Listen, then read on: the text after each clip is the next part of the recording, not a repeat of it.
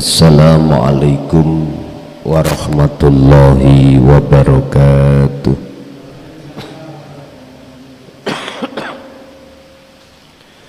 Ila hadratin Nabil Mustafa Rasulillahi sallallahu alaihi wasallam wa ala alihi wa azwajihi wa dzurriyyatihi wa qurbatihi wa ali baitihi wa ashabil kiram wa ila jami'il anbiya wal mursalin wal awliya was syuhada was salihin wat tabi'ina tabi'ina salihina ila yaumiddin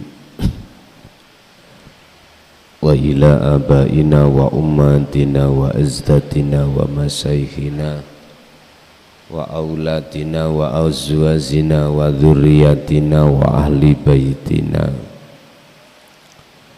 wa jami'i man tabi'ana fid dini wad dunya wal akhirah. Sayyulillahi lana wa lahumul fatihah. A'udzubillahi minasyaitonir rajim.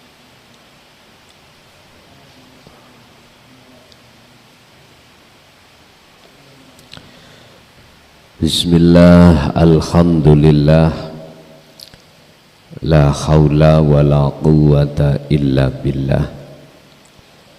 Asyhadu an la ilaha illallah wa asyhadu anna Muhammadan abduhu wa rasuluh.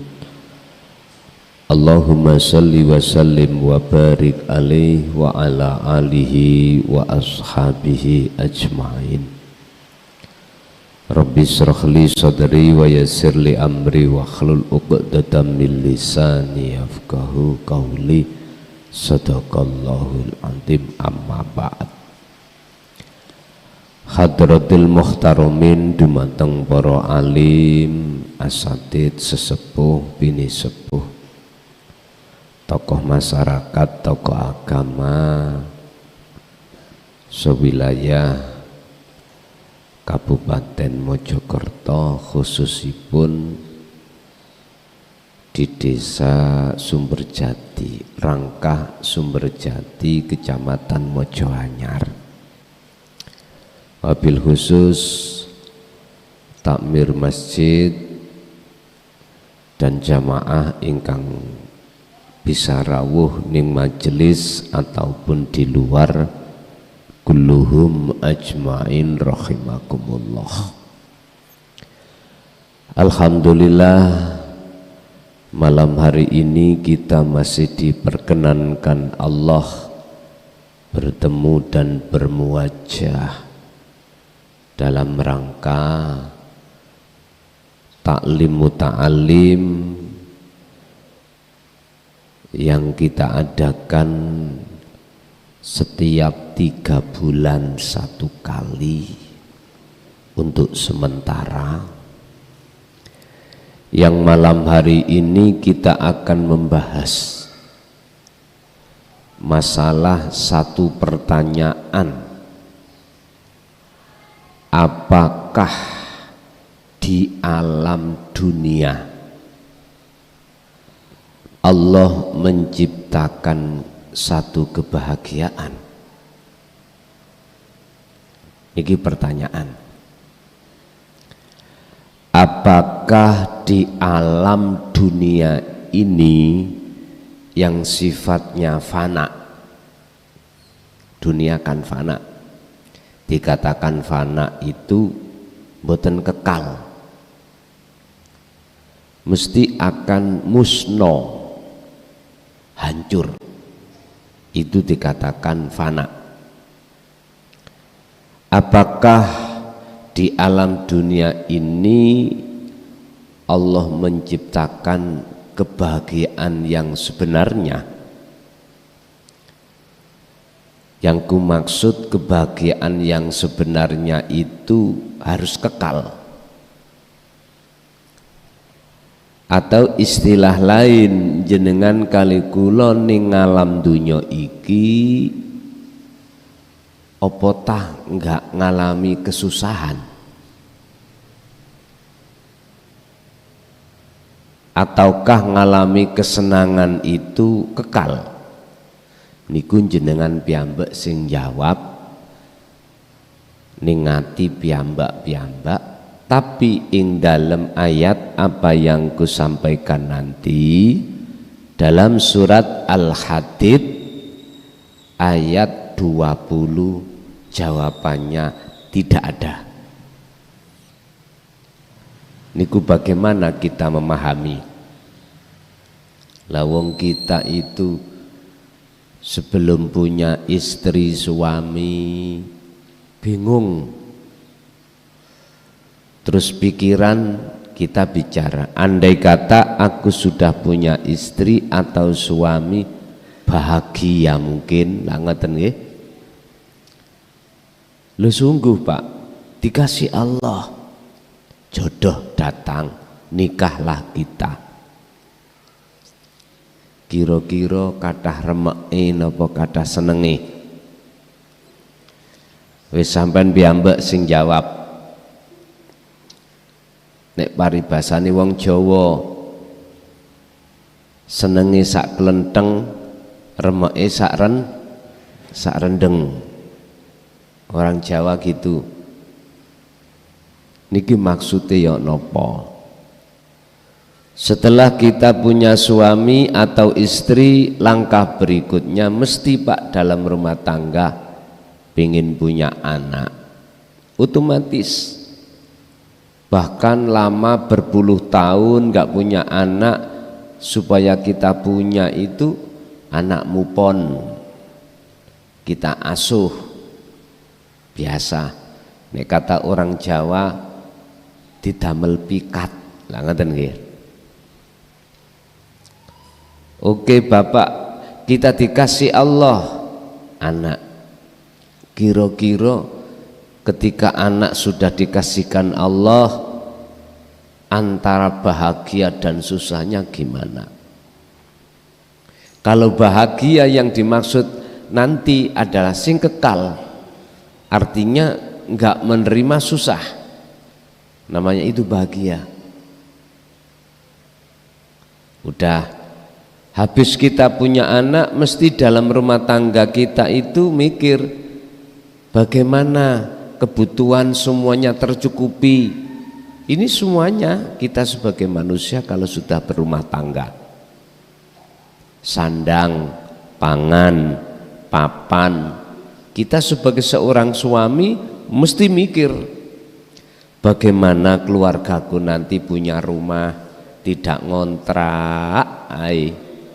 Mesti mikir bagaimana yang dimakan anak istri keluarga itu tidak serba kekurangan. Akhirnya muncullah doa dan ikhtiar macam-macam. Sandang, pangan, papan, serba apa kebutuhan keluarga itu, kita sebagai seorang kepala rumah tangga lebih-lebih mesti mikir, udah Pak semua dicukupi Allah. Pertanyaannya di situ, apa yang kita minta semua sudah dikasih Allah. Kalau kita mengatakan bahagia, yang sebenarnya tidak ada di situ Pak. Yang dikatakan kebahagiaan sebenarnya adalah tanpa batas, kekal. Tapi apa kebahagiaan yang sudah kita terima dari jodoh, anak, kebutuhan, segala urusan apapun sudah Allah cukupi, bahkan lebih. Kalau ini diwariskan dihabiskan 7 keturunan gak habis. Pertanyaan yang paling sederhana kami adalah, apakah itu nanti akan kita tinggalkan? Dari suami, istri kita, anak, semua harta benda, kalau kita sudah menjelang satu waktu yang sudah Allah tentukan, yaitu kematian, apakah akan kita bawa? Enggak mungkin. Justru anak-anak kita yang tidak amanah ini apa yang kita wariskan ini akan dijadikan sebagai rebutan. Kalau anak nggak amanah lah ya, nggak mikir bagaimana kita sebagai orang tua saat menjelang alam berikutnya, nggak mikir. Ini anak yang delodok nek cara bahasa Jawa nih, tinggal menikmati saja kok yo dibikin satu royoan. Bahkan ini nanti bisa jadi permusuhan Pak, saudara satu dengan saudara lain gegara ini. Ini kalau anak yang tidak amanah. Makanya mengapa lewat agama kita masing-masing anak kita didik supaya mengerti atas ketuhanan. Sebab dengan begitu hatinya tidak mudah serakah, nggak mudah ingin menguasai sendiri. Dia tahu mana haknya dan tahu mana yang bukan haknya. Makanya kita sebagai orang tua ketika saat punya anak, kita didik semaksimal mungkin bagaimana cara menjadi anak yang solih dan solihah. Ini Bapak Ibu hadirin jamaah rahimakumullah, berkenaan dengan mukaddimah tersebut bahwasanya Allah tidak akan menciptakan di dunia, alam dunia ini kebahagiaan yang hakiki, enggak akan. Jenengan kalau ingin tahu kebahagiaan yang hakiki, majulah satu langkah menuju alam akhirat. Kalau kita masih berdiam diri di alam maju-maju satu langkah alam dunia, kita tidak akan pernah menemukan kebahagiaan itu. Kebahagiaan itu akan kita temukan di langkah berikutnya, yaitu alam berikutnya, yaitu alam akhirat. Pundi alam akhirat itu? Apakah yang dikatakan dari hukum syariat besok kalau kita sudah meninggal? Bukan Pak. Yang kumaksud alam akhirat itu adalah alam kekekalan di mana Kanjeng Nabi sudah memberikan pernyataan. Liman kana yarjullaha wal yaumal akhirata wa dzakarallaha katsiran. Kamu akan bisa masuk ke alam akhirat jikalau hatimu itu mempunyai satu keinginan. Hati ki sing kumaksud ruhaniyah Pak, untuk bertemu Allah. Sebab kebanyakan kita manusia kan hati ingin ketemu, menemukan suksesnya kebutuhan dunia. Tadi jodoh, anak, harta benda, kebutuhan apapun. Ini kebanyakan kita manusia jatuhnya hati, keinginan di sini. Ini yang kumaksud sukses dunia. Kebanyakan ini. Sedikit sekali golongan kita sebagai manusia, kasirum minal bashar, untuk ada keinginan ketemu Allah. Sehingga jangan heran ketika jenengan kali kula niki melakukan ibadah murni, mboten saged ati ini khusyuk datang Allah, mboten saged. Karena kita belum ada keinginan untuk ketemu Allah, belum ada. Ini persoalannya. Bapak Ibu hadirin jamaah rahimakumullah, kata Kanjeng Nabi lewat surat Al-Ahzab 21, kita akan bisa masuk ke alam akhirat dengan catatan hati ada satu keinginan ketemu Allah. Syaratnya bagaimana? Ilmu, ngamal, istiqomah. Ngilmu berarti yang kumaksud adalah ilmu tauhid, bagaimana cara untuk memfungsikan Allah, bagaimana cara ilmu itu waktu kita sholat, ibadah apapun, pekerjaan apapun, hati bisa inni wajjahtu wajhiya, hati bisa menghadap kepada wajah Allah. Nah, ilmunya sudah diterangkan. Lalu amal berarti praktek zikir setiap saat dan waktu. Hati kita itu harus selalu merasakan kehadiran Allah dalam diri kita, yang satu-satunya aktor, satu-satunya orang atau satu-satunya sesuatu yang melayani kita. Kita harus di hati ada satu perasaan, Pak, merasakan kehadirannya Allah yang melayani kita. Napas bisa keluar masuk, yang mengeluarkan Allah.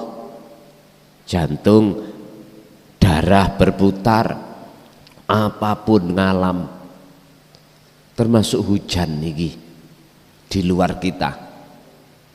Ini kalau tidak hanya Allah yang menurunkan atau yang menjatuhkan air hujan ini, nggak akan pernah bisa manusia atau makhluk siapapun yang bisa melakukan. Sebab sifatnya makhluk, Gusti Allah sampun dawuh, Allahu khalaqakum wa ma ta'malun.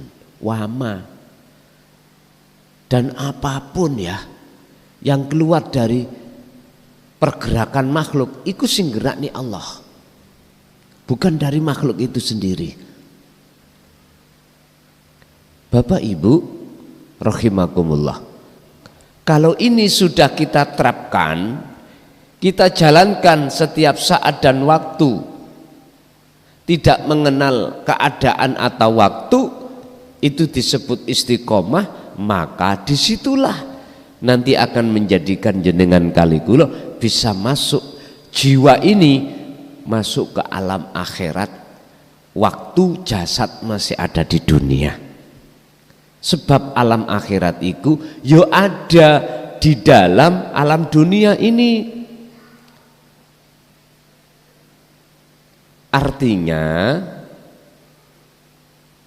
di balik alam dunia ini kita akan bisa menemukan alam akhirat. Loh kok bisa? Gini Pak, Allah itu sampun memerintahkan kita di dalam surat Al-Qasas ayat 77. Carilah, raihlah alam akhirat, darul akhirat. Loh, kalau Gusti Allah sudah perintah, berarti sebelum perintah ini sudah disiapkan, sudah ada. Satu contoh, jenengan merintah kula ngunjuk, berarti tuya sing ajengi kula unjuk niku sudah disiapkan. Gak mungkin jenengan ngutus kula, Gus diunjuk wedangi, gak mungkin terus wedangi gak ono, belum disiapkan, gak mungkin. Jenengan kula aturi Pak, monggo kopi ini diunjuk, iku sebelum kami mengucapkan, merintahkan, kopi itu sudah disiapkan. Sama di dalam ayat Al-Qasas juga gitu, alam akhirat itu sudah disiapkan Allah. Raihlah dulu alam akhirat ini di dunia. Wala tansa nasibaka minad dunya, dan kebutuhan bagian di dunia jangan kau tinggalkan. Loh di sini maksudnya Pak. Bapak Ibu hadirin rahimakumullah, monggo kita masuk dalam pembahasan bahwasanya Allah tidak pernah menciptakan kebahagiaan iku ning alam dunya. Artine kebahagiaan ning alam dunya iku bersifatkan semu. Maksudnya ngoten, semu iku ya gak kekal, koyoke menakno tapi nyusahno. Nah mengki kita kupas. Bismillahirrahmanirrahim. Lam yahluk ora bakal nyiptakake sapa Allahu Gusti Allah as-sa'adata ing kebahagiaan fid dunya kang ana ing dalem ngalam dunya. Gusti Allah iku ora tahu nggawe, nyiptakake, menciptakan, tidak pernah menciptakan kebahagiaan itu di alam dunia ini. Inna tulal mu'anati sak temene dawane kesengsaraan.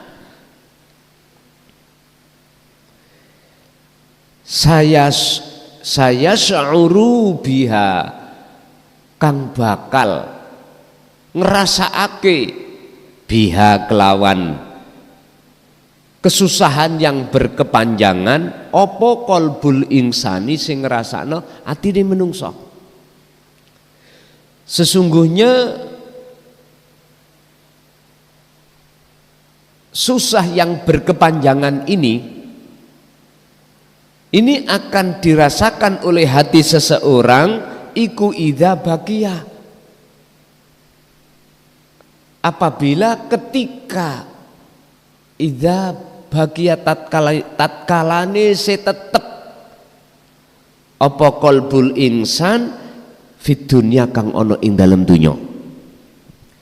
Sengsara niki Pak akan kita rasakan sebagai manusia yang berkepanjangan itu sampak berkepanjangan itu ya wis ning donya iki gak ono watese. Apabila jiwa kita masih ada di dunia. Saya mengatakan jiwa itu berarti ruh atau hati, bukan bicara jasad. Kalau jasadnya di dunia, alam dunia. Jasad ini dari tanah nanti kembali ke tanah lagi. Yang saya katakan ruhaniyah kita, kalau masih tetap ada di alam dunia, ngikuti jasmani ini, ora bakal iso ketemu kebahagiaan yang hakiki yang kekal, Pak. Illa ayyudrika. Mengke dhisik. Sawaun bisa jadi sawaun kana iso uga ana sapa apa-apa qalbul insan hati kita iku fakiron jasate iku fakir melarat augonian utawa sugih kita secara dunya iki sugih utawa melarat sama saja, hati tidak akan menemukan kebahagiaan. Yun sewu Pak nggih, kita nggak usah bicara sing melarat sing fakir iku wis maklum sengsara terus lak ngoten nggih, mangan yo serba kekurangan, bahkan kebulet utang, wis bisa-bisa bunuh diri. Udah ini wis maklum ya, maklum. Kita bicara tentang sing sugih, sing duwe jabatan. Bahkan istilah bahasa warisane petung turunan iku gak iso entek. Nuwun sewu. Jangan dikira orang itu akan bahagia dengan dunianya. Kalau nggak percaya, monggo kita buktikan. Kita buktikan kalau kita termasuk golongan orang yang belum kaya, tanya pada orang yang kaya. Kalau kita sudah termasuk golongan orang kaya, tanya pada diri kita sendiri. Saya tadi katakan, manakala ruh jiwa kita masih berada di dunia. Pak, wong sugih iku sing diwedeni apa? Melarat. Wong sing bisnisnya sukses, sing takuti apa? Bangkrut. Wong sing duwe jabatan, sing diwedeni apa? Ilang jabatane. Lah sampean kali kula gak ndek apa-apa sing diwedeni. Lho enak sampean toh? Enak. mulih wis gak kegandolan apa-apa. Wa inna ilaihi rajiun, wis ora ana sing digandoli. Sing gandoli kita enggak ada. Estu niki. Kita yang omsetnya bermiliat-miliat, Pak, nyun sewu. Kita pasti akan gelisah memikirkan omset kita, bagaimana omset kita ini akan menaik. Kekhawatiran kita jatuh itu, Pak, jikalau jatuh temenan sungguhan, niki corok ibarat ayam niku tarung kejalu, Pak, celup celulu wesan wis. Terus ini jangan disimpulkan, oh berarti kalau saya kaya tak bawa kekayaan. Enggak gitu, Pak. Terus aku andai kata sudah jadi menteri, tak tinggalkan DPR, tak tinggalkan presiden, tak tinggal, bukan itu. Silakan jasad itu semewah apapun dunia kita, tapi ruhaniah sampean masuklah ke alam akhirat. Baru panjenengan itu tidak akan pernah hati bisa dipengaruhi oleh kekayaan panjenengan. Karena sampean sudah tahu bahwasanya sesungguhnya kekayaan baik yang bersifatkan materi atau non materi itu sesungguhnya dijadikan Allah sebagai ujian bagi kita. I'lamu annama amwalukum wa auladukum fitnah. Fitnah itu artinya ujian. Kita akan selamat dari ujian itu manakala ruhaniah ini masuk ke alam akhirat. Jasmania nggak bisa masuk alam akhirat, ya ada di dunia gembul dengan pangkat jabatan, kedudukan, kehormatan, ya dah, harta yang mewah, boleh. Tapi jenengan kok nanti tidak akan terpengaruh dengan ini semuanya. Pak nyun sewu, sing dipikir wong-wong sing sugih niku, Pak, piye carane besok itu bisnisku iku meningkat lancar. Lah ngoten nggih niku pun Allah sudah ingatkan, alhaakumut takasur, kau akan lalai kepada Tuhanmu jikalau hatimu terus-terus bermegahan dengan itu. Ini sudah peringatan Allah. Kita sebagai manusia mendengarkan atau tidak itu urusan masing-masing. Ingat, fafirru ilallah inni lakum nadhirum mubin.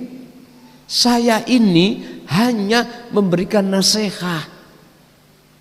Urusan fafirru ilallah, mau atau tidak kita kembali menuju datang Allah, urusan kita masing-masing. Bapak Ibu hadirin rahimakumullah, jikalau nasihat ini hati manusia tidak mau dengar, ya sudah, aku nggak punya kepentingan apa-apa, nggak punya, karena aku juga nggak bisa menolong jenengan, jenengan ya nggak bisa menolong aku, yang bisa menolong kita masing-masing adalah Allah. Allah tidak akan menolong pada hambanya tatkala hambanya itu tidak mendengarkan seruan Allah alias mendengarkan seruan nafsunya dalam diri masing-masing. Apa seruan nafsu dalam diri kita masing-masing? Innan nafsa la amaratum bisu. Kita dijauhkan dari Allah. Setiap saat dan waktu kita dilarang hati ini menyadari atas kehadiran Allah dalam diri kita. Enggak boleh nafsu itu begitu. Intinya nafsu itu selalu mengajak kita untuk melalaikan Allah. Sing kula maksud melalaikan, hati kita nggak ada satu kesadaran kalau segala hal sesuatu itu sebagai sang penguasa, sang penggerak adalah Allah. Sampai kapan ini akan terjadi pada seseorang yang tidak mau memperhatikan apa nasihat ini? Hatta zurtumul maqabir, sampai mati. Ini surat At-Takatsur, Pak. Surat At-Takatsur. Saya sih nyantai mawon, tugas saya untuk memberikan kabar ini saya kasihkan. Walaupun berat kurasa, walaupun pahit kurasa, nasihat ini tetap kami sampaikan karena kami sebagai seseorang yang sedikit banyaknya ada tugas untuk menyampaikan. Padahal di situ kami tidak ada tugas untuk menjadikan jenengan iki percaya, ndak ada. Makanya tadi saya katakan, saya tidak punya kepentingan apapun. Saya hanya kepentingannya adalah menyampaikan apa yang menjadikan perintah Allah terhadap diri saya untuk panjenengan semuanya sebagai umat. Baik umat manusia yang beragama Islam maupun selain agama Islam. Ingat, kita itu Bapak Ibu pasti akan dibikin susah dan dipengaruhi oleh nafsu lewat kekayaan atau yang kita anggap sebagai sesuatu yang mewah. Coba ayo kita angan-angan dengan sadar, bagi kita yang kaya, bagi kita yang berada, bagi kita yang segala-galanya, apakah ini suatu saat tidak kita tinggalkan? Dan ataukah kita yang ditinggalkan? Itu pasti terjadi. Kalau kita yang meninggalkan berarti kita meninggal dunia. Kalau kita yang ditinggalkan berarti kita jatuh miskin, jatuh menjadi orang yang tidak berada. Sehingga ketahuilah, jikalau ini terjadi, kita belum meninggal, seluruh kemewahan kita dihapus oleh Allah. Ingat, itu bentuk kasih sayangnya Allah. Allah punya rencana untuk mendidik hati kita supaya hati kita betul-betul mau dengarkan nasihat Allah. Apa? Fafirru ilallah, lekas kembali, larilah kau, hei ruh, untuk kepada Allah. Makanya orang yang jatuh dari ketinggian ke bawah, asale mewah segala-galanya, bangkrut, itu menurut kami justru itu awal orang mendapatkan hidayah. Estu, dengan catatan dia sadar sebab sifatnya kemewahan dunia itu menyesatkan kita. Jikalau hati ini tidak tahu cara untuk masuk ke alam akhirat, kekayaan semewah apapun, derajat tinggi apapun, kedudukan ini tidak akan pernah berlaku dan bisa mempengaruhi hati seseorang, yang hati seseorang itu betul-betul sudah tahu dan mau melaksanakan dan masuk di dalam alam akhirat, gak akan terpengaruh. Contoh Kanjeng Nabi, dikira beliau itu miskin tohiri, oh mboten Pak. Abu Hasan As-Sadili, orang yang kaya raya, tapi mengapa beliau itu menjadi kekasih Allah? Jadi kekayaan dan kedudukan beliau itu tidak menjadikan pengaruh hatinya pada Tuhannya untuk bertemu di alam akhirat. Bapak Ibu hadirin rahimakumullah, saya juga tidak merayu terhadap jenengan untuk lekas kembali kepada Allah di alam akhirat, sebab sesungguhnya kita itu roh, itu bukan penduduk bumi. Penduduk bumi niku nggih kadal, ula, nggih, asu, bebek, pokoknya bangsane hayawan.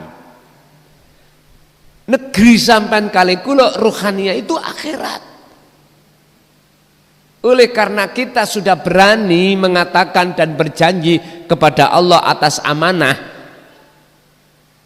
yang diberikan kepada kita, amanah pun dijanji kita ruhaniyah kita kalau kita kepada Allah sebagai khalifah fil ardi. Lah ini kita buktikan. Makanya menurut kami, walaupun jenengan masih usia muda, lebih-lebih yang tua nih gitu Pak, yang tua ini kita itu umur secara akal tinggal berapa persen sih ya. Tapi itu tidak bisa dijadikan sebagai ukuran, sebab yang namanya kematian itu tidak mengenal muda atau tua, sakit atau sehat, enggak. Kalau menurut Al-Quran, jikalau itu datang, maka tidak bisa dimajukan dan juga tidak bisa diundurkan. Ya yani sik enom, umurku sik dawa lah, dek wingi ana kecelakaan sik umur selikur mati lah, ya apa? Diinginani ya begitu, sik umur 19 turu gak tangi digugambokne. Innalillahi wa inna ilaihi lah, ya apa? Tapi umumnya kita kalau sudah tua larinya kemana? Ya mati. Tidak tahu. Makanya harus kita siapkan. Makanya ayo Pak, kita masuk ke alam akhirat dulu. Waktu jasad kita masih ada di dunia, ayo kita masuk. Sehingga besok itu ketika sampai idza jaa ajaluhum niku mboten bingung. Rodalane langsung jujuk saja. Langsung. Karena sudah sering sampai lewat. Sama dengan gini loh. Oleh karena saya itu setiap hari atau minimal setiap bulan ngaji di Rangkah ini, tahu jalannya. Besok kesini lagi walaupun tanpa map, tanpa yang menyusul, menjemput, bisa datang ke sini sendiri. Tapi awal-awal kami alamat yang namanya Rangkah Sumberjati mana tidak tahu, yang aku tanya juga nggak ada orang. Terus mata saya dalam keadaan buta, aku paksa berangkat. Nyampe mboten Pak? Mboten. Pak, urusan jasmani Pak, dari tanah kembali ke tanah, kita nggak bisa datang sendiri kembali, dipikul sama tetangga. Nanging persoalannya ruh jiwa kita, sopo sing nganter? Gak ada. Kita dipanggil Allah, dituntut untuk kembali berangkat sendiri. Oleh karena kita nggak pernah ke akhirat, bingung.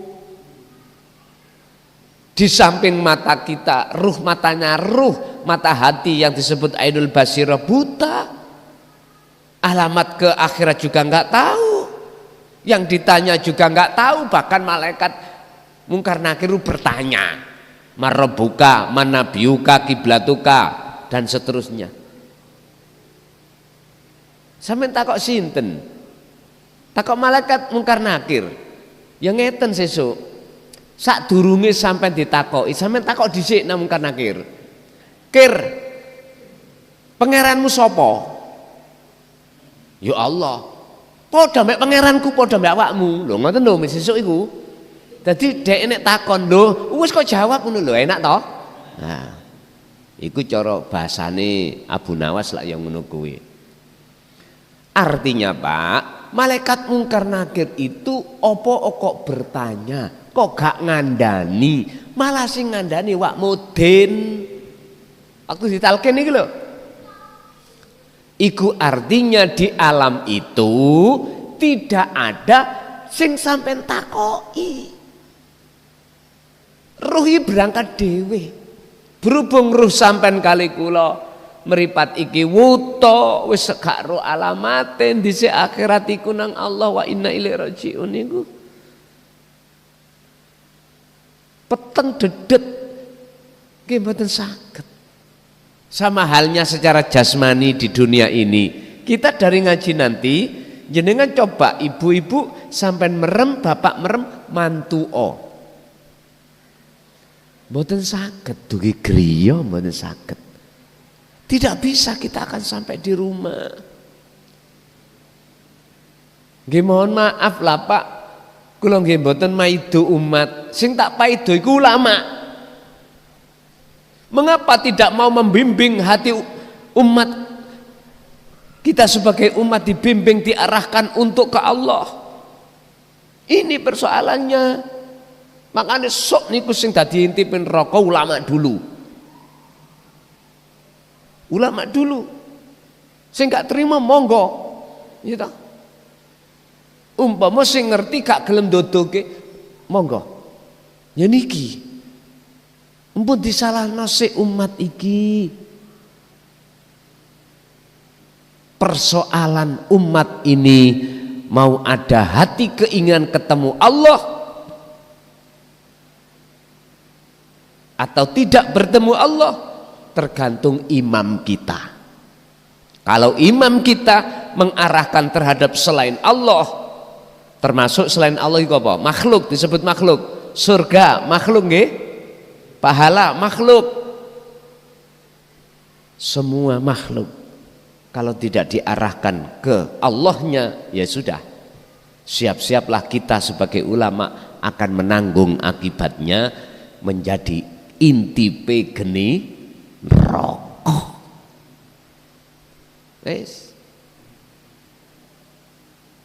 Nggak terima nasihat ini nggih mboten masalah, terserah. Mungkin ada satu keterangan yang mengatakan gini, jikalau kita hanya ngomong doang ya, terus gak gelem ngelakoni, iku sing tanggung jawab dadi intipin neraka. Subhanallah.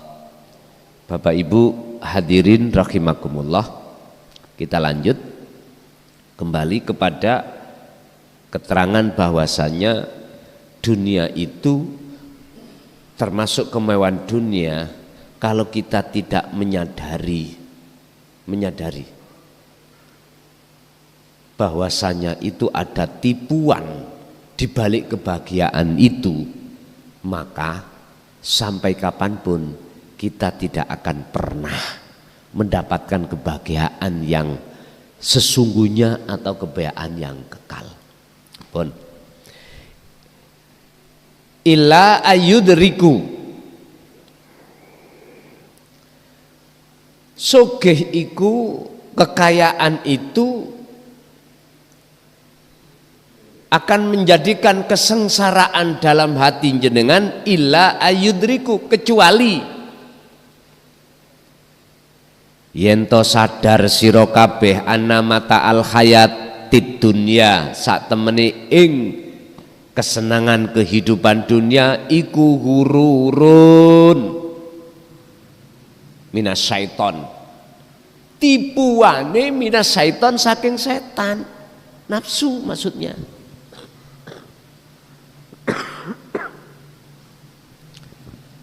Kekayaan, kehormatan apapun itu bersifatkan akan menyengsarakan kita, kecuali berarti ini tidak akan menjadikan sengsara. Bagi orang-orang yang hatinya sudah sadar bahwasanya semua itu tipu daya setan, tipu daya nafsu. Kama kola koyo oleh nerangake, kama koyo keterangan kola kang wis njelasake sapa Allahu Gusti Allah fi suratil Hadidi,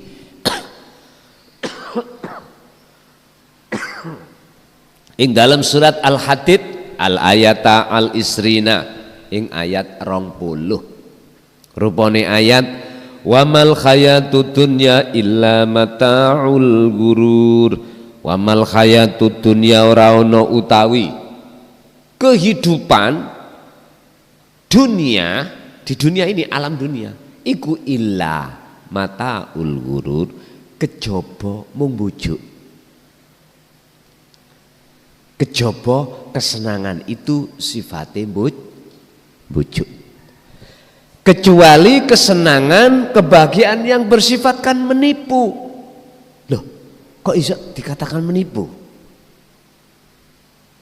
Aku punya mobil ya bahagia kok, ya. Aku punya istri suami ya bahagia kok. Tiap hari belonjo kebutuhan rumah tangga gak kurang bahkan lebih, ya bahagia lah ngeten nggih. Daripada sing gak ada, lah ngeten. Pak nyun sewu, orang yang gak sadar kalau itu tipuan, justru itu kita akan terbuai dengan kemewahan dunia. Letak daripada ini menipu adalah ada batas mboten. Meninggalkan enggak? Ditinggalkan mboten? Pasti. Makanya Bu, nek bapak atau makanya Pak, nek ibu ngomong aku sewayang kamu hidup semati, iku mah gombal.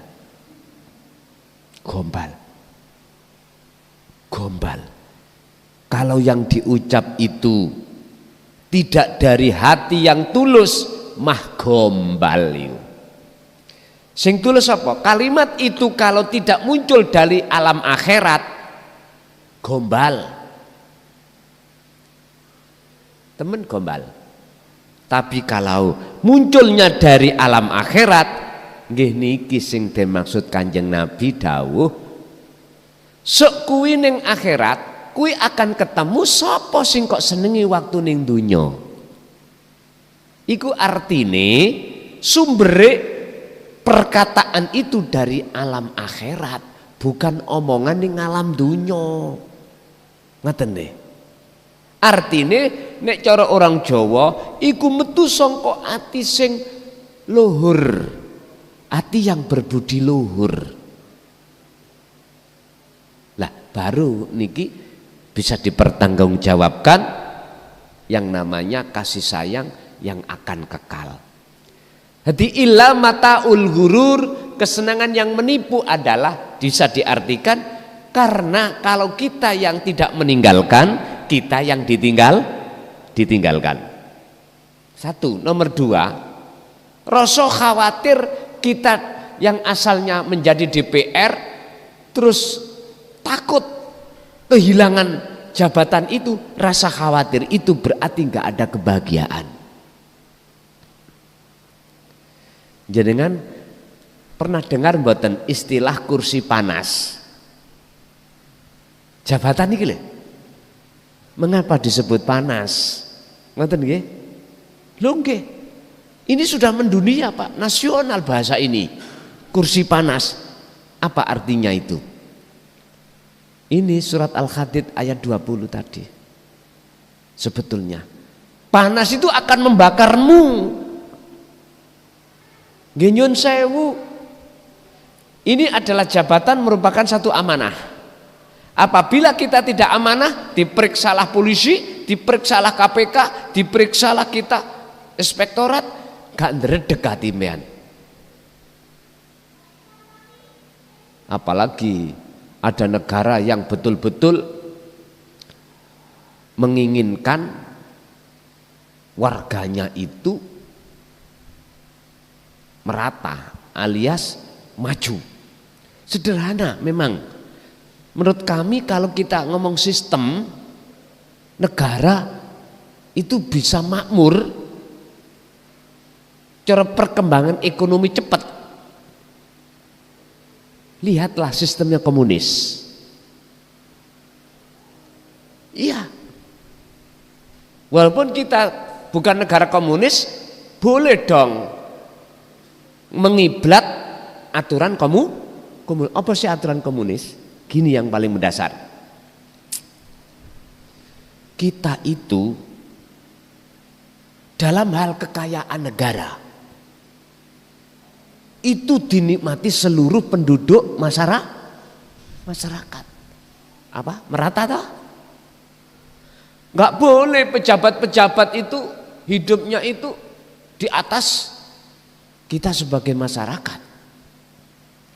Dengan cara apa? Dikasih undang-undang. Apa undang-undang? Hukuman mati. Berani ya Indonesia? Gak berani. Karena apa? Karena banyak kepentingan. Pak Nyun Sewu, ini bukan rahasia lagi. Kalau Indonesia itu adalah salah satu negara sebetulnya terkaya dunia. Sebetulnya. Negara lain sana yang keluar penghasilan devisa negara hanya lewat minyak. Indonesia bagaimana? Pangan, Polowijo bisa. Kita ngomong bicara minyak ada Indonesia. Kita bicara batu bara ada. Kita bicara uranium ada. Semuanya tidak ada. Yang tidak ada Indonesia. Cuman oleh karena SDM-nya, mohon jujur mawon, orang di dalamnya itu ada kepentingan, maka itu tadi memperkaya diri dan tidak mau nasib masyarakat kecil. Kuncinya ada di situ, kuncinya hukuman mati. Kalau hukuman mati bisa diloloskan, jret. Orang kita sebagai pejabat mau melakukan apapun itu pikir-pikir, Pak. Pikir-pikir. Nah, disitulah nanti pemerataan akan bisa terjadi. Kalau satu negara yang namanya keadilan ditegakkan, mohon maaf, pemerataan ini ada. Mana ada demo? Mana ada protes? Malah mendukung. Malah mendukung. Loh, ngajine kok tutuk kuno, Mang? Kula mboten krasa ngenten iki, mboten krasa. Ngapunten Kang kathah. Ini maksudnya untuk menyelamatkan rohaniah kita dari kemewahan dunia. Artinya untuk menyadarkan bagi golongan kita yang ketepatan kita itu golongan orang yang memperkaya diri. Ingat pada satu saat pasti kita akan tinggalkan. Kalau kita meninggal, apa bisa menolong? Saya melihat yang punya uang miliaran bahkan triliunan, sampai dibawa kemana pengobatan? Brunei yang termahal, Amerika, monggo. Toh pada akhirnya mulai kari jeneng. Bisa menyelamatkan triliunan itu dari mana? Enggak iso. Qad khasiral ladzina kadzdzabu biliqa'illah. Sungguh sengsaralah bagi orang-orang saat di dunia mendustai dengan pertemuan terhadap Allah. Ini di alam akhirat. Terus meninggal dunia, dia sudah yang namanya getun buri kuwis gak kanggo. Makanya getun apa? Oh, gak diletakkan di depan, di belakang supaya manusia lekas sadar. Bapak Ibu, dengan cara agama memberikan nasihat seperti ini jujur supaya pejabat-pejabat kita itu tidak mudah untuk mengambil yang bukan haknya, gitu loh. Apa salahnya saya berkata seperti ini? Apa salahnya? Makanya tadi saya katakan, jenengan nek kepingin negara Indonesia makmur, ngoco undang-undang negara komunis. Sistemnya apa? Merata. Caranya apa isok merata? Sehingga pejabat-pejabat kita nggak berani untuk mengambil bukan haknya. Hukum mati. Ini anak hukum mati. Terus hukuman itu di depan masyarakat. Seperti Rasulullah nih, undang-undangnya. Di depan masyarakat banyak. Itu supaya membuat jera yang lain. Lah, Ini kalau betul-betul diberlakukan di Indonesia, aku yakin berapa triliun minyak yang digondol garangan, berapa triliun emas, batu bara. Wah, wis gak iso ngitung, Pak. Kalau boleh saya katakan, wong nganggur sa Indonesia lo gak usah kerja, digaji 1 bulan 6 juta gak kerja, mampu devisa negara itu.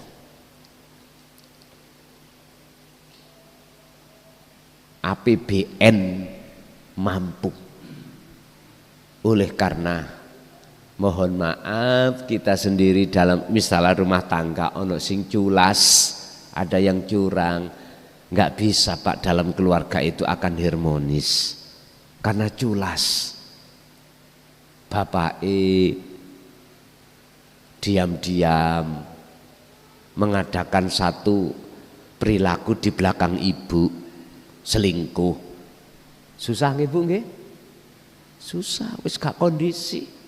Ibu yang ngono, gak amanah, dikasih belanja, wis tanpa musyawarah kepada ayahnya atau suaminya, wis tuku apa ae, bahkan utang-utang numpuk orang ngomong kanggo apa. Akhirnya gak harmonis. Dan ini sering terjadi. Laksana kita itu satu rumah satu bangunan, cagak situ misalnya apa bangunan ya? Sebuah bangunan gini Pak. Ini akan kokoh manakala sambil saling mendukung. Pondasi ngomong, teng genteng awakmu kok cek enak, angkruk-angkruk ning ndukur terus. Aku lho sing ngabot nisor nyonggok, mulang ngoten nggih. Pondasi kuat akan jadi kuat semuanya. Gentengnya ngomong, rumang sama kok ndukur iku kok anggap enak tok, bandaino kepanasan, kudanan. Akmu enak nisor gak kudanan gak kepanas. Loh, tugasnya masing-masing Pak. Artinya kita sebagai suami tugas kita kerja, ibu yang membawa uang amanah, sama-sama. Kalau ini selaras kita musyawarahkan, jadi ini enak Pak. Ibu mau kepingin apapun nek musyawarah dulu, wasawirhum billadzi hiya ahsan, jadi bagus. Nek enggo sak karepe dhewe, bapake boleh kok kaya apa dhuwit sakmono kae kok wis entek. Lah ngoten nggih. Akhire bapak mangkel. Biasanya dikei sak wulan sak juta, dikei 300. Loh, gak sinkron akhirnya. Bapak yang ngunu, iki penggane bapak Bu. Biasanya seneng wong liya. Tak ngandani men. Bapak iki ngomong kudune, Bu, iku ana wong njauk ditolong. Ya apa setujuan? Kudu ngono ngomong. Kudu ngomong. Tapi mau ngomong iki ya ana pertimbangan. Pertimbangan no antara apik lan eleke. Apik eleke apa? Apik akeh eleke apa akeh? Apik Ibu kira-kira. Jari Ibu ijab akeh eleke. Itu kan ya wis, semua itu tergantung kita mensikapi dari mana. Yang jelas gini loh Pak. Sedaya napa mawon yang mau kita jalani, jikalau hati itu tidak mau duduk di alam akhirat, sing asale perkara nyenengno iku menyusahkan. Perlu bukti? Monggo. Jenengan misale mboten nate dadi wong sugih, takok wong sing sugih, Pak, sampean sing sampean wedeni khawatire apa? Sampean takoki. Engko cek jawab. Sampean ngertos nika Pak. Sampeyan nanggone pasar Bu ya, wonten tiang sadean pelem, luh ketoke mateng-mateng kuning. Tapi kepelem ini belum tidak keluar dari akhirat, tapi keluaran dari dunia. Artinya apa? pelem iki oleh ngunduh iku sik enom terus dikarbit dadine abang mateng sampai nak kesensem Pak Bu niki pintenan sekilo oh niki sing mateng niki sekilo 10.000 legi nggih nek ditingali manis dan tidaknya kan duwe warna Pak pelem nek wis abang iku kan ya legi gitu tapi sampean anggap itu manis sampean gua pulang sampean pecah oleh karena ngunduhe sik enom terus dikarbit legi napa asam kecut karena keluaran dari dunia artinya ngunduhe sik enom maka dunia iki tekone iku anyar luwih dhisik tekone alam akhirat ya kudu pengeluaran dari alam akhirat pelem iki artinya sampean unduh nek wis tuwek tandha nek wis tuwek woh-wohan pelem iku disobo codot wis gampang nggih niki wong Jawa pinter niki nek niteni pelem iku wis tuwek mateng-mateng codot nek bengi gruduk-gruduk iku berarti peleme wis tuwek wong biyen niku ngono mangan karene codot mesti legi Pak gak mungkin codot iku mangan barang kecut-kecut mangkane nek sampean kali kula kok ya mangan perkara kecut iku luwih apik katimbang codot lha ngono wis penak to artine nek tak kembangno kita kalau berilmu hanya syariat saja mohon maaf syariat itu ilmu nom nek hakikat atau ilmu tauhid itu ilmu tuwek mongko jangan harap sampai saged masuk alam akhirat jangan harap jenengan iki bisa menemukan kebahagiaan jangan harap jenengan kali kula salate bisa khusyuk mboten saged pun terserah jenengan milih sing pundi monggo nek jenengan pengen estu bisa masuk alam akhirat atau ketemu Allah berhiaslah ruhaniyahmu itu dengan ilmu hakikat atau ilmu tasawuf atau ilmu tauhid sebab dengan ilmu inilah yang nanti akan membawa nur tauhid nur ilmu untuk memberikan pengetahuan piye carane salat bisa khudur datang Allah. Disinilah Pak Bu sebagai kesimpulan adalah oke, dunia berhubung jasad kita masih ada di dunia kita wajib untuk mencari kebutuhan dunia tapi oleh waktu kita yang terbatas umur kita terbatas ada batasnya lekaslah ruhaniyah masuk ke alam akhirat ini dengan cara berzikirlah sirul asrar di dalam setiap aktivitas sampean sebab alam akhirat itu di dalam setiap aktivitas ada alam akhirat fa'budu hadza siratum mustaqim disitulah nanti Anda akan dilewatkan Allah siratal mustaqim yaitu jalan yang lurus jalan di mana hati sampai ikut tujuannya hanya satu yaitu menuju dan bertemu Allah. Oke Bapak Ibu, itu apa yang bisa kami sampaikan. Untuk selanjutnya barangkali ada yang perlu ditanyakan, kami persilahkan.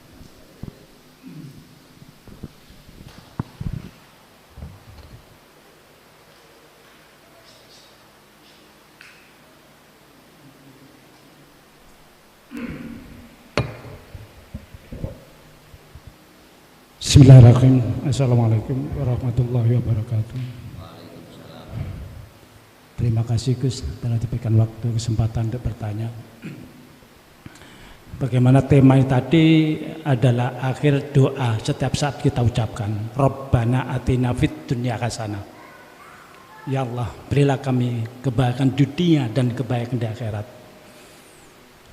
Terima kasih Gus, karena tadinya saya sempat bingung. Yang mana pada saat kita meninggal itu tadi ada dua alam, di mana alam barzah itu adalah kita dari alam dunia ke alam akhirat. Ya ini tadi saya sempat bingung. Jadi di dunia itu ada alam akhirat juga ternyata. Saya bingungnya ternyata jawabannya sudah kita terima, yaitu karena codot tadi. Yang kami tanyakan Gus, tadi kebahagiaan di dunia itu sifatnya semu, karena kita semuanya di dunia ini hanya mengejar keinginan dan kemauan. Katanya hanya sekedar minum atau mampir di dunia. Jampi yang kita tanyakan di sini, karena kita usia kita sudah senja, lantas bekal apa yang kita bawa pada saat kita ke alam akhirat itu? Ya mohon maaf, kita itu orang Jawa. Tapi sifatnya kita itu wong irian semua. Ono tanggo duwe mobil ini sifatnya wis iri, sirik, dengki dan lain sebagainya. Setelah itu saja Gus mohon penjelasannya. Ya karena kita terima kasih dengan pengawasan-pengawasan ini kita jadi paham. Tadi sempat bingung, alam akhirat kok masih ada, sedangkan alam akhirat itu kan tempat roh kita. Lah hati kita ini loh untuk mensucikan diri itu mohon dijelaskan Gus. Terima kasih. Wassalamualaikum warahmatullahi wabarakatuh. Waalaikumsalam warahmatullahi wabarakatuh. Allah memberikan satu pernyataan di dalam salah satu ayat, Rabbana atina fid dunya hasanah. Dunya hasanah. Hasanah itu bagus. Maksudnya apa? Kalau wafil akhirati hasanah, hasanah bagus itu maklum. Ini kayaknya dari apa materi kami tadi kan seakan-akan kan bertolak belakang. Seakan-akan. Kalau kita artikan dunia hasanah itu maksudnya bahagia, diartikan bahagia, maka di sini bertolak belakang dengan apa yang kami sampaikan. Gini Pak, hasanah di sini bagus ing miturut pandangan manusia. Lah hasanah yang akhirat, wafil akhirati hasanah atau hasanah ya, akhirat iku miturut pandangan Allah. Sebab pandangan manusia itu belum tentu sama dengan pandangan Allah. Contoh, kita melihat orang itu selalu rajin beribadah. Setiap saat dan waktu dia al-imtithalul awamir wajtinabun nawahi, selalu menjalankan perintah dan meninggalkan larangan. Ini yang manusia lihat kan secara fisik, batasnya di situ. Manusia memandang kita itu karena perbuatan yang kita lakukan secara fisik. Oh bagus itu, tiap saat dan waktu ada di musola, ada di masjid dan lain sebagainya. Tapi kan kita tidak tahu bagaimana isi hati kami. Lah wong aku sapa masjid itu supaya wong delok aku iki wong apik. Niatku ngono. Eling-eling aku arep nyalokno kepala desa. Dan manusia yang lain tidak akan pernah tahu. Wis, lepas dari karena manusia Pak. Nang hatiku itu bukan karena Allah tapi karena pahala. Ingin dimasukkan surga dan supaya dijauhkan neraka. Miturut kelas ahli hakikat, ini pandangan Allah jelek. Pandangan hakikat ya. Pandangan Allah itu kacamata hakikat, pandangan Allah ini jelek. Tapi orang lain kan nggak tahu Pak, nggak tahu. Berarti iki ayat fid dunya hasanah wa fil akhirati sayyi'ah. mboten hasanah.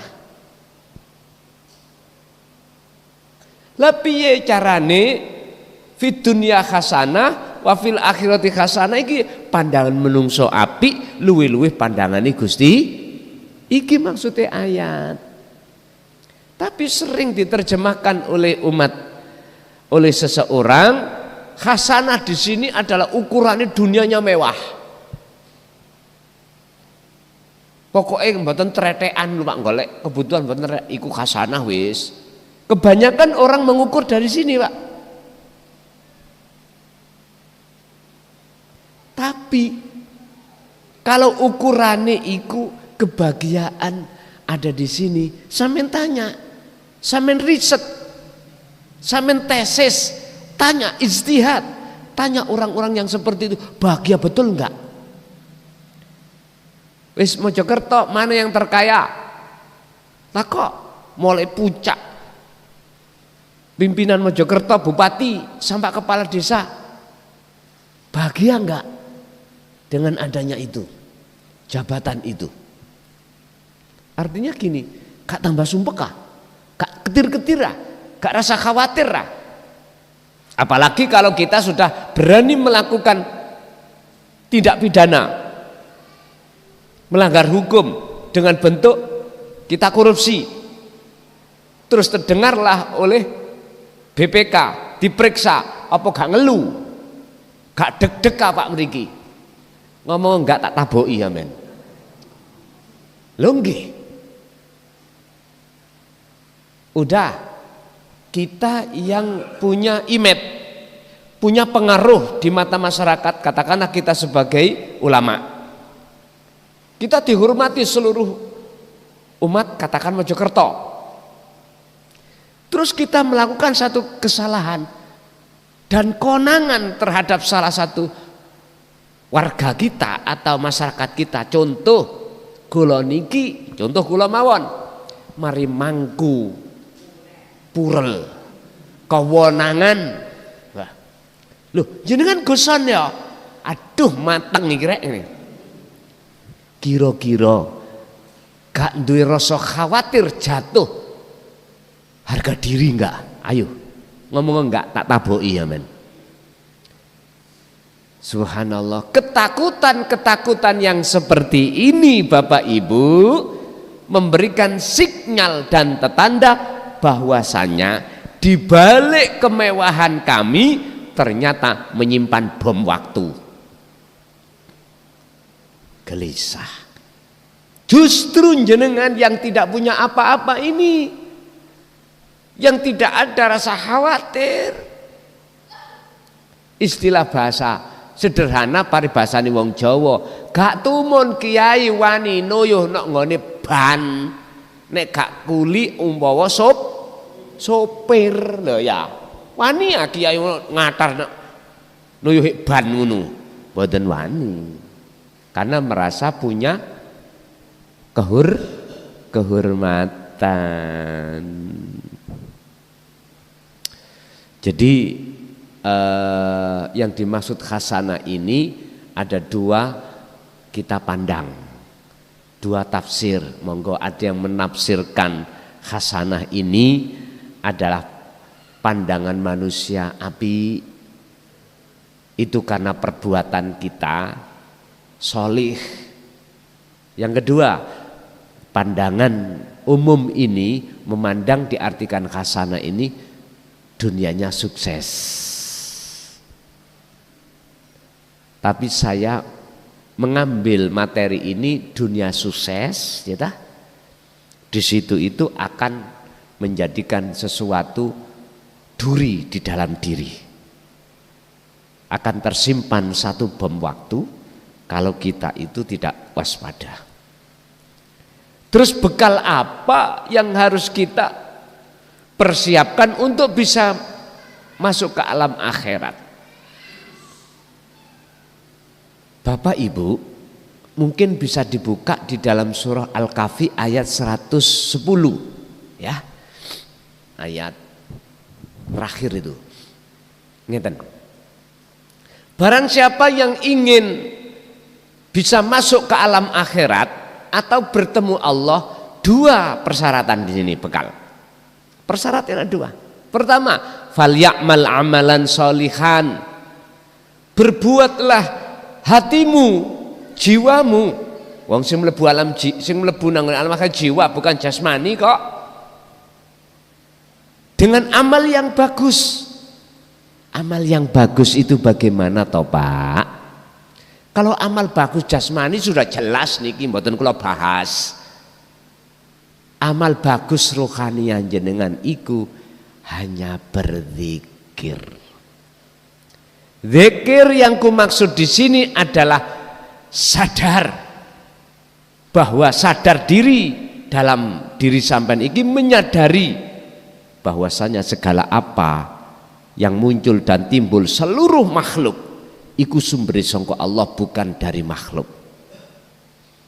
Artinya ati sampean kudu harus sesering mungkin merasakan meyakinkan kehadiran wujud Allah sebagai aktor, sebagai sang penggerak.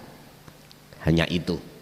Yang kedua, wala yusyrik bi ibadati rabbi ahada. Jangan ada dalam hatimu itu ada iman sakliyane Allah sing gerakno makhluk.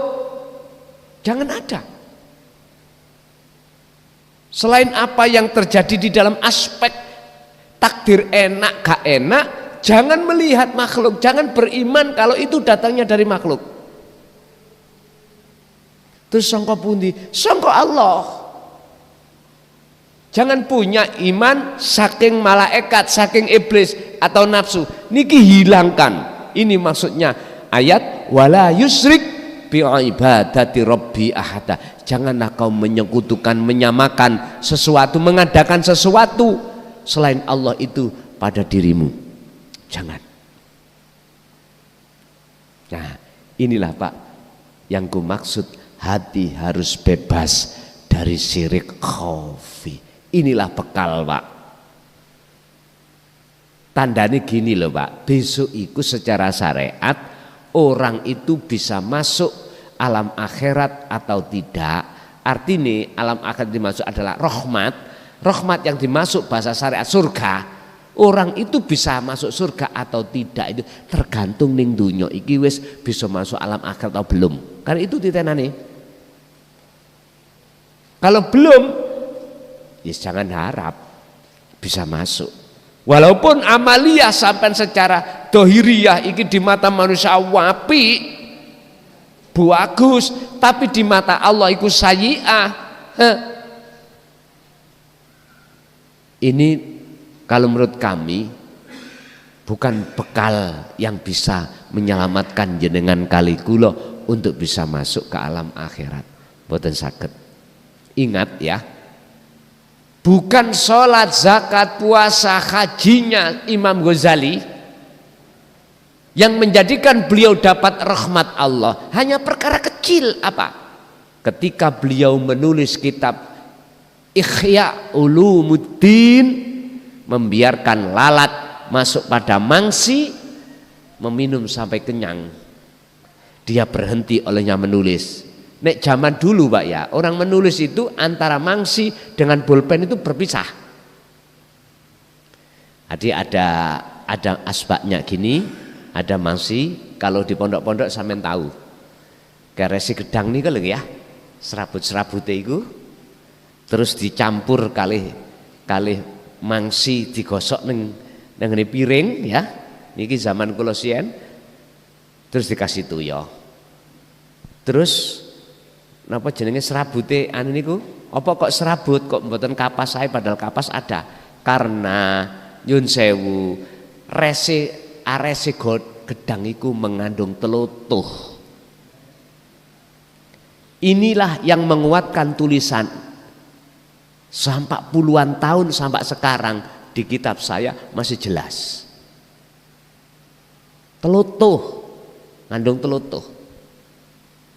Lah, dulu kita mau memaknai itu mesti dicelup gini. Terus Imam Ghazali mau ngecelup ada lalat.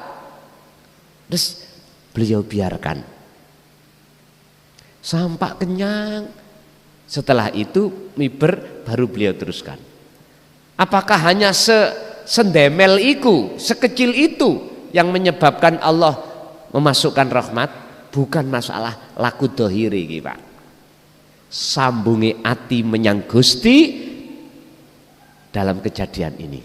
Ada lagi perbuatan orang yang notok eleke, yaitu 21, yaitu wanita nakal yang selalu memberikan pelayanan ke hidung belang.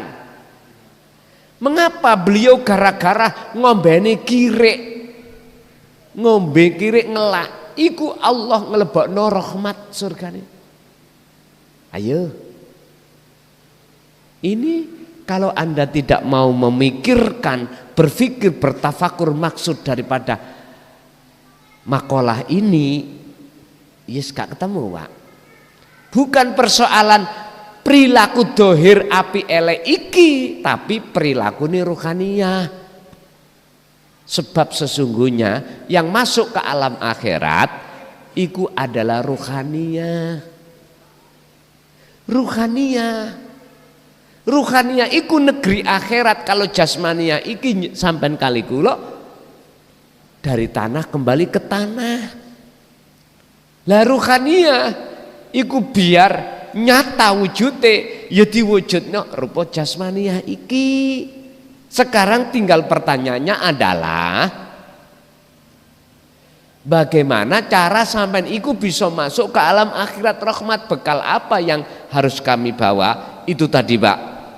Sampean hati sampean harus senantiasa berlaku bagus di mata Allah. Laku bagusnya adalah jenengan ini hati selalu berzikir kepadanya. Nggih. Masih ada?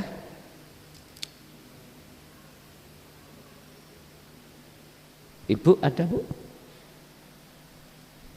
Cukup, Bapak? Nggih. Al-Fatihah. Bismillahirrahmanirrahim.